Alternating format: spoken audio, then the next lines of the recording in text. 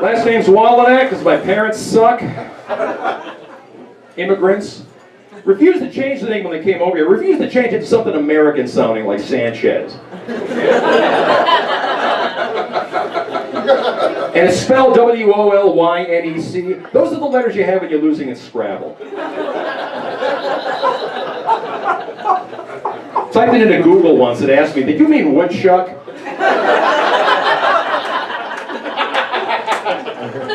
And people screw it up all the time. I'm really touchy about it. And it's because of what happened to me in 8th grade. My gym teacher, real hard ass, kind of like the drill instructor from Full Metal Jacket. He's calling roll the first day of class, comes up to me, what's your name, son? Wallinack, sir. Bullshit, from now on your name is Walnuts.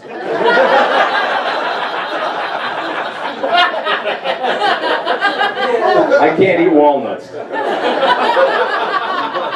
I get post-traumatic stress. So I'm touchy about that. I'm part Russian, part Ukrainian. Big drinking culture is when a kid goes missing over there, they put his picture on vodka bottles. If you see little Vladimir. You want me to freshen drink? Yeah. Usually find them around last call.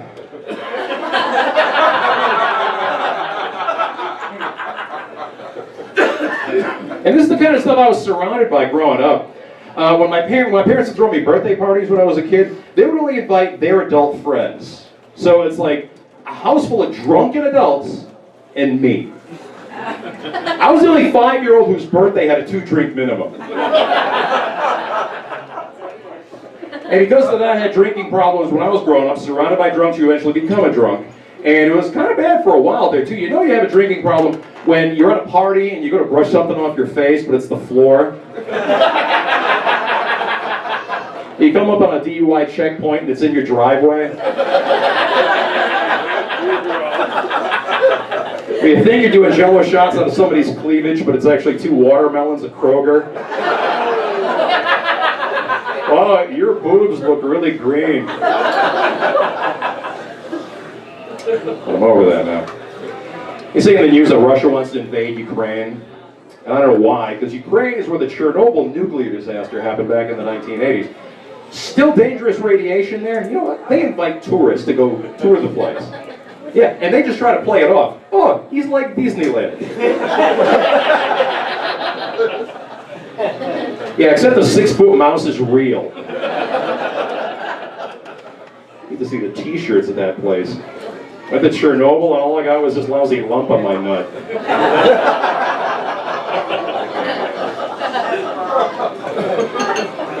So my mom still lives in Michigan. I go to visit her from time to time. We don't really get along very well, but she has a prescription for OxyContin, so the trips aren't a total loss.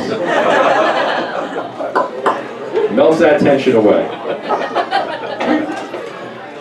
Recently I put her in a nursing home, and they called me the other day. They said they think her mind is starting to go. She's like fighting with other patients, wandering off by herself, falling down. I said, come on, she's drunk. She thinks she's celebrating my birthday. But you know, I gotta face facts. She's coming up on 93 years old, and she's starting to slip a little bit. But you know, on the bright side, she can't remember she's disappointed in me. And you know what? I'm gonna call that a win. Yeah. She's really paranoid. She was really paranoid from growing up under communism. Whenever I used the phone at home as a kid, she'd always tell me, if you hear a clicking noise during phone call, secret police are listening. And I never talked her out of that because I thought, what a great way to get her to hang up. If she calls me, she starts wandering in the conversation. Oh yeah, Mom, that's great. Oh, you save 50 cents on applesauce? That's fantastic.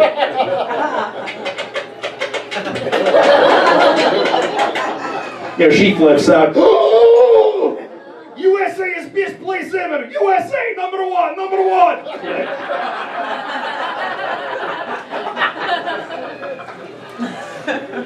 And on top of all that, my mom was a shoplifter. Found out when I was 9 years old. I was with her when she got arrested for shoplifting. And that's when I realized that every gift she had ever given me could fit in her purse. Got a lot of Hot Wheels cars, never a track.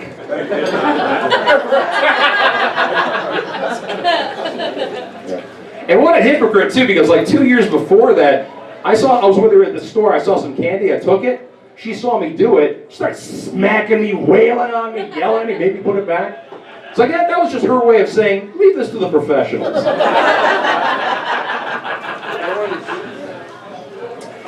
By applause, who's a smoker in here? Any smokers?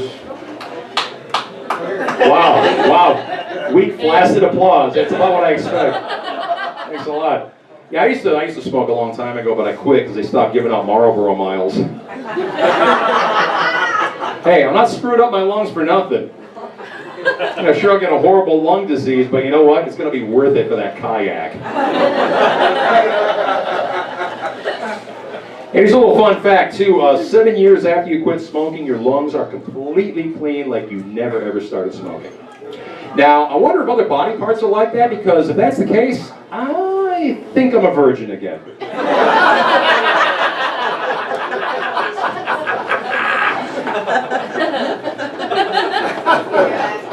They say for every cigarette you smoke, you cut 7 minutes off of your life. However, if you smoke e-cigarettes, you actually add 7 minutes to the delusion that you look cool with e-cigarettes. Not looking at you for any reason. Just happen to be there. And there's a lot of campaigns out there to try to get people to stop smoking. There's secondhand smoke campaigns. Indiana used to have a billboard that said, secondhand smoke is child abuse. Now, when I was little, my dad, he used to smoke, so he abused me secondhand. His first hand used a belt.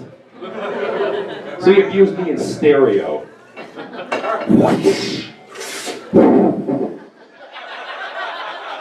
Take that, you little bastard. My applause, who's married? Wow, way to sell that lifestyle. I think some of you are drinking to forget. Yeah, I've never been married. Because of bad marriage history in my family, my parents, both parents had bad previous marriages. Their marriage was horrible. My sister, 4 marriages. Yeah, I know, I tested positive for divorce. I'm a carrier. And you know what, man? Marriage is not doing that well in this country. I gotta tell you, like 57% divorce rate. If you want to keep your marriage healthy and happy these days, it's a lot like cooking crystal meth. You gotta handle it just right, or it's going to blow up in your face. And in both cases, you'll lose a house. Right. And you know, people are so casual about it, too. It makes me crazy. A friend of mine just recently got divorced, first marriage. I figured he'd be torn up about it. He said, no, it was my starter marriage. Yeah, the one where you make all your mistakes. You know why I got divorced? Got caught with a starter mistress. Yeah, big mistake. Lost half his starter money. Now he's paying starter child support. And, you know, all this going on too, there's a big to-do going on about gay marriage too, and people are freaking out about that. You know, and those people, they all seem to think being gay is a choice. Being gay is a choice when you're in prison. Usually not your choice.